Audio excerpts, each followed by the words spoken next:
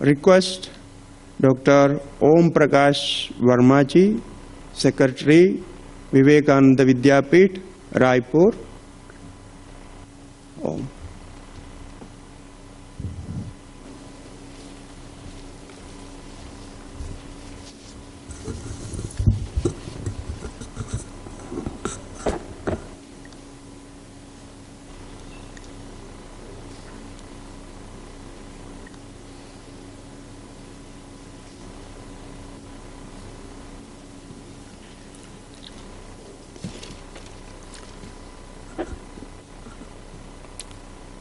Most revered Swami Hari Brahmeshanand Ji Maharaj,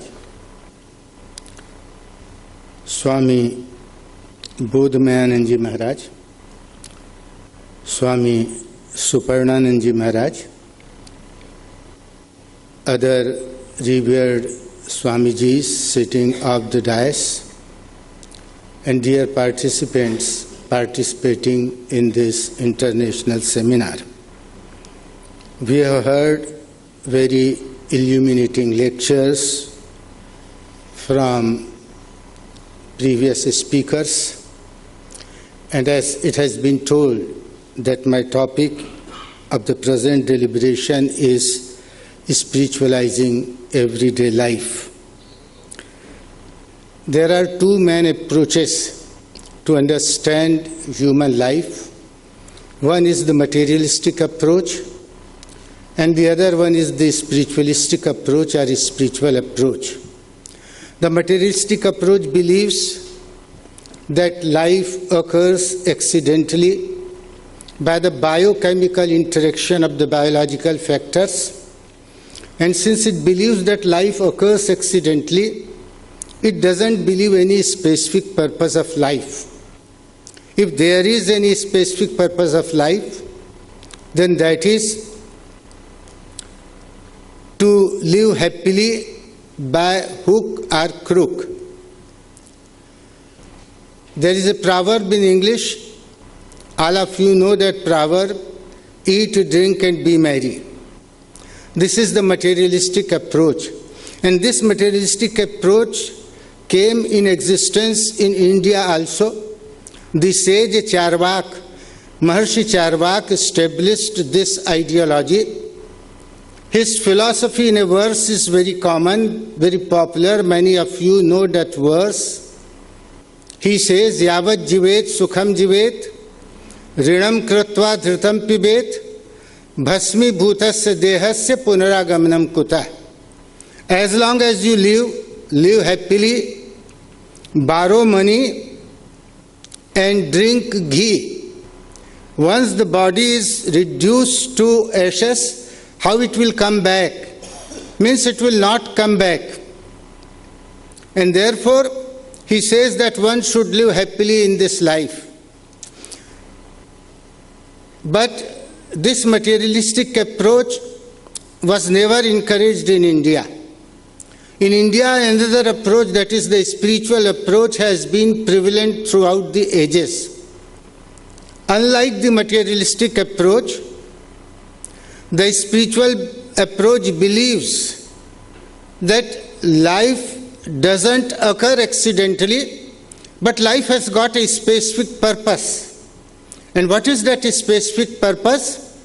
The specific purpose is to get rid of from the cycle of birth and death, to get rid of from the sorrows, agonies, trouble, anxieties of the world, to enjoy eternal, endless, and uninterrupted bliss. Now the question arises, how it can be possible? Our Upanishad says that it is definitely possible. How it is possible? Shvetashvatar Upanishad says, Gyatva devam sarvapasha pahani Chinaih kleshaih janma mrityu prahani. After having known that God, after having known that Atman, sarvapasha pahani, all types of bondages are destroyed. Chinaih kleshaih, all types of anxiety, trouble, worries, they vanish. Janma mrityu prahani. and man becomes free from the clutches of birth and death. This is the stage of Atmagyan. And this Atmagyan has been considered, as you have heard from many speakers, that it is the highest achievement, spiritual achievement of human life. Atmanam Vijani. Atmanam Vijani is the eternal message of Upanishad. And for this Atmagyan, India has sacrificed each and everything. In one of the lectures of Raj Yoga, Swami Vivekananda says, each soul is potentially divine, and the goal of human life is to manifest that divinity within by controlling nature, external and internal. Do it either by work or by worship or by psychic control or by philosophy. By one of these or by all of these and be free. That is the whole of religion. And what is religion? Swamiji says that religion is the manifestation of divinity already in man.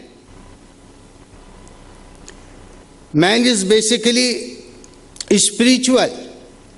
Vedanta says that each individual has got immense potential in himself. That potential is hidden, that potential is concealed. Srimad Bhagavad Gita says, Ajnanena avritam jnanam tena muhyanti jantva. This ignorance has covered the knowledge, and therefore we are not able to see our real nature. We think ourselves that we are man, buddhi, chitta, ahankar. But we are not man, buddhi, chitta, ahankar. It is not our real nature. Our real nature is that we are nitya, shuddha, buddha, mukta, atma. Bhagavad Path Shankaracharya, in his composition Nirvan Shatkam, says, Mano buddhaya ahankara chittani naham, nacha shrota jivve nacha ghrana netre, nacha vyoma bhumir na tejo na vayu, chidananda rupa shivoham shivoham. So our real nature is that chidananda roop. We are chidananda roop. We are Shiva. Aham brahmasmi tattvamasi. That is our real nature. So this has been the teachings of our ancient seers of the truth. And Swamiji taught this great spiritual lesson to the whole world. Swamiji was a great spiritual guru. In fact, Swamiji came to spiritualize the whole world. It was the mission of Swamiji. Swamiji wrote a letter to his disciple Sister Nivedita on 7th June 1896. And in that letter he mentioned his mission of life. Swamiji wrote, "My ideal indeed can be put into few words, that is to preach unto mankind their divinity and how to get it manifest in every moment of life." So this was the Swamiji's ideal. This was the Swamiji's message to the whole world. Swamiji's Guru Sri Ramakrishna Dev had taught him that the God is the all-abiding Spirit and is dwelling within everyone. And therefore Swamiji proclaimed that the man is the highest entity to be worshipped. Swamiji told, the only God to worship is the human soul in human body. Of course, all animals are temples too, but man is the highest, the Taj Mahal of the temples. If I cannot worship in that, no other temple shall be of any advantage. Swamiji told, if you want to teach religion to a hungry, take religion to him in the form of the bread. If you want to teach religion to the naked, take religion to him in the form of the cloth. If you want to teach religion to a diseased, take religion to him in the form of the medicine. Swamiji says, it is the gist of all worship to be pure and to do good to others. He who sees God in the poor, in the diseased, really worships God. And if he sees God only in an image, then his worship is but preliminary. Swamiji wrote a letter to his disciple, Maharaja of Mysore, and in which Swamiji wrote a very beautiful lines. Swamiji wrote, "My dear prince, this life is short, and the vanities of world are transient. They alone live who live for others, and rest are more dead than alive. And for this service of poor, for this service of downtrodden, Swamiji sacrificed his each and everything. He sacrificed his moksha also. He sacrificed his mukti also, the moksha, the mukti, that has been considered as the highest spiritual achievement of the human life. Swamiji sacrificed that moksha also. And what does Swamiji say? May I be born again and again and suffer thousands and thousands of miseries, so that I may worship the only God that exists. The only God I believe in, the sum total of all the souls. In fact, by the end of 18th century, India had become depressed. India had become weak, but with the touch of Swamiji, the old India became young again. So this was the great contribution of Swami Vivekananda for rebuild of India. When we see the past history of our nation, we find that our nation has made wonderful progress in different fields of life. We were foremost in industry and business. We were foremost in science and technology. India used to do global business with Europe, Middle East, South Asia, and many other parts of the world.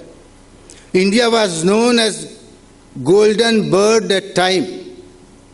At that time, we had our own systems in different fields of life. We had our own economic system. We had our own educational pattern.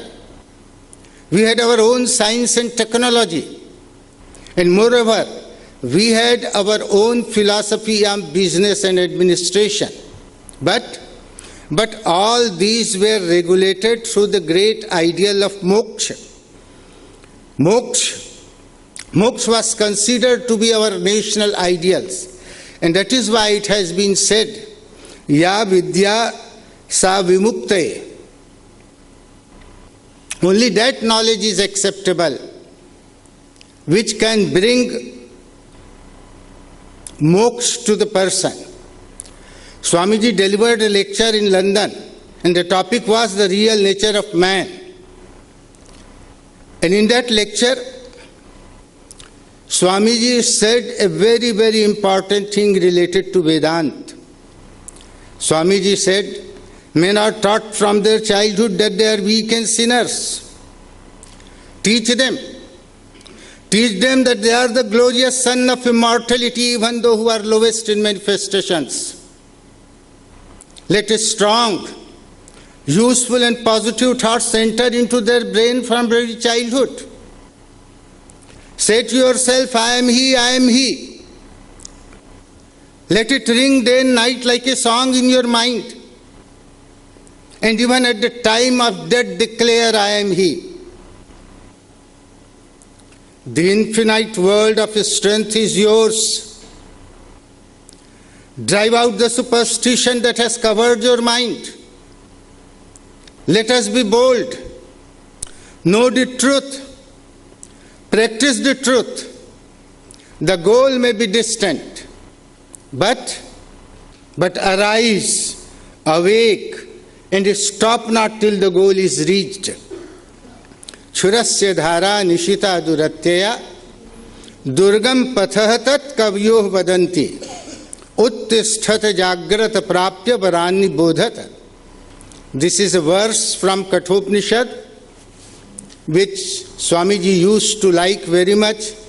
He often quoted it in his writing, in his lectures. And the meaning of this verse is, the path of perfection of life is very difficult. It is as difficult as to walk on the edge of the blade.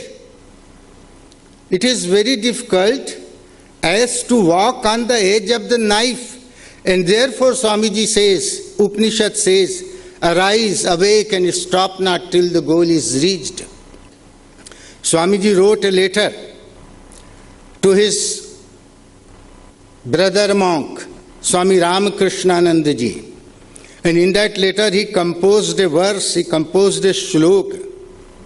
Kin naam rodasi sakhe tvai sarva shakti amantra yasva bhagavan bhagadam swarupam त्रैलोक्यमेतद खिलम तव पाद मूले आत्मैव हि प्रभवति न जड़ः कदाचित. Why do you weep, my friend? Why do you weep? Why do you cry? All the powers are within you. Express your divinity and you will find that the majesty of Trilok will be at your feet. In this way, Swamiji taught this great spiritual message to the whole world. But it never means that he neglected the material aspect of life. He also gave due importance to material aspect of life.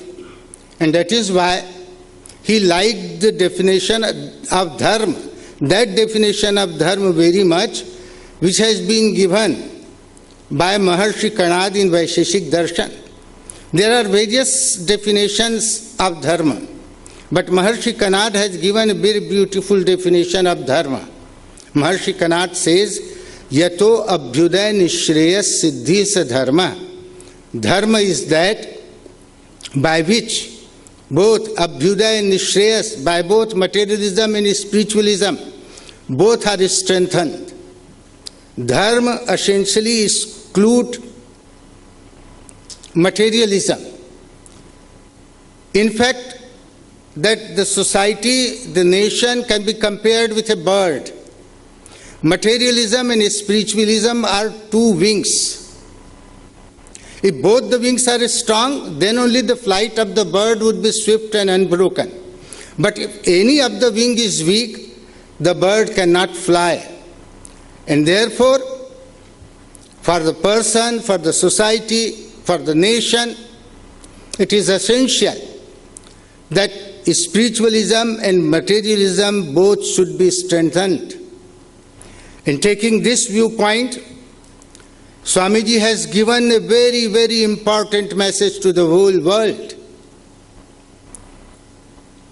Swamiji told, India has to learn from Europe the conquest of external nature. Europe has to learn from India the conquest of internal nature. Then there would be neither Indian nor Europeans. There would be an ideal personality that has conquered both the nature that is external and internal. We have developed one phase of humanity. They have developed the another phase of humanity. And it is the combination of the two that is required today. In another place, Swamiji says, we want today that bright sun of intellectuality should join with the heart of Buddha, the wonderful, infinite heart of love and beauty, love and mercy. This union will give us the highest philosophy. Science and religion will meet and shake hands. Poetry and philosophy will become friends. This would be the religion of future. So this has been the dream of Swamiji, which dream of Swamiji about future world culture which Swamiji has cherished, nourished in his heart. And the last point which I like to discuss is that how can we spiritualize our everyday life? If we spiritualize our everyday life with the spirit of Karma Yoga, then our duty would become an effective means for increasing our job satisfaction, our job involvement, our job efficiency, and also it will give us the highest spiritual attainment in the life. How? Nowadays, every employee is aware of his own fundamental right. And in order to attain his own fundamental right, he creates various problems in organizational situations. He goes on a strike, he doesn't work, he involves himself in gherav, so on and so forth. The demand of right is not bad, provided one should be completely devoted to his duties. But the tragedy is that we have forgotten our duties completely, and we always fight for our so-called But in India, this word right has never been used. In our scriptures, right has never been used. It is a word imported from the West. In India, simply duty has been emphasized. Duty with full devotion and an excellent efficiency in the work. These are the two basic Indian approach to work behavior. And this duty with full devotion has been highly glorified in Gita, where it has been said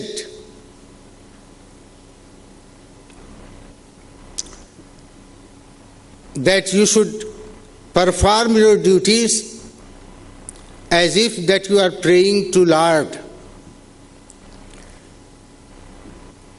In 18th chapter of Srimad Bhagavad Gita, Bhagwan Shri Krishna says a remarkable thing to Arjuna.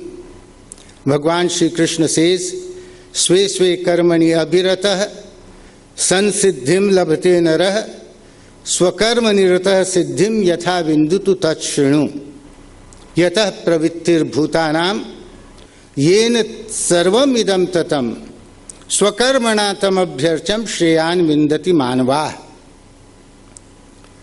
Sve sve karmani abhirata sansiddhim labhate narah. Man attains perfection by doing his own duty with full devotion. And how does man attain perfection? By engaging himself in his duty.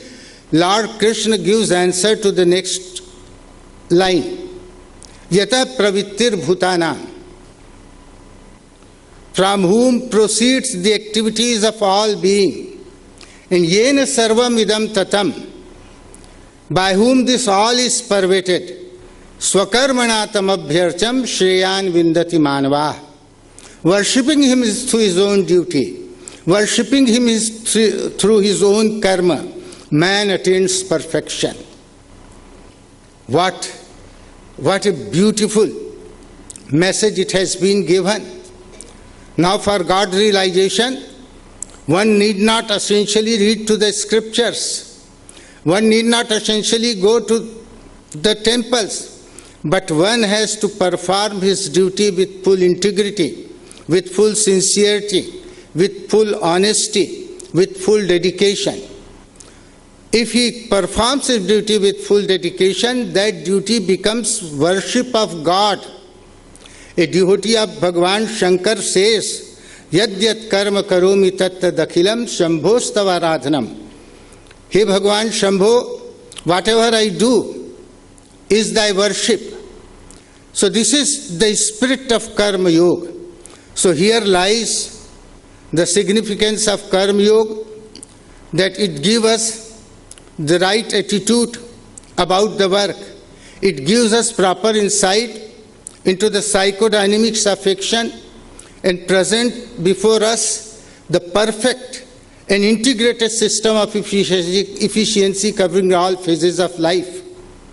It imparts power and ability to shoulder responsibility, which not only increases our capacity to work, but it also increases the right emotional attitude for the work. And if we perform our duty with this spirit of Karma Yoga, then our duty, our all types of work, our all types of duty, they will become the worship of God, and we will be able to have the highest spiritual realization, and in this way we can spiritualize our everyday life. Now I close, my time is over. I am extremely grateful to Swami Suparnanandji and organizers of this seminar for inviting me and giving me an opportunity to express my feelings on this auspicious event. And I express my heartiest thanks to you all also, who patiently heard me and thus encouraged me. Thank you to you all.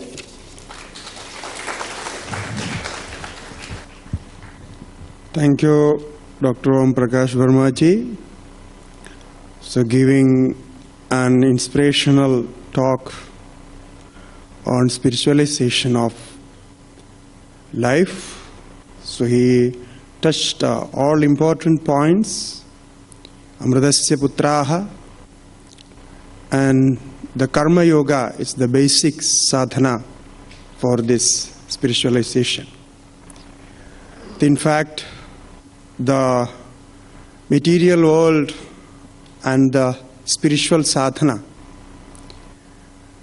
that they both are one and the same.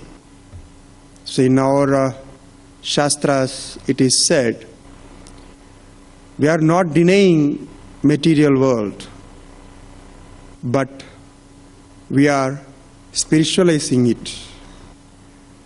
It's making its Atma, it become Brahma, is one with that. So thank you, Om Prakash ji.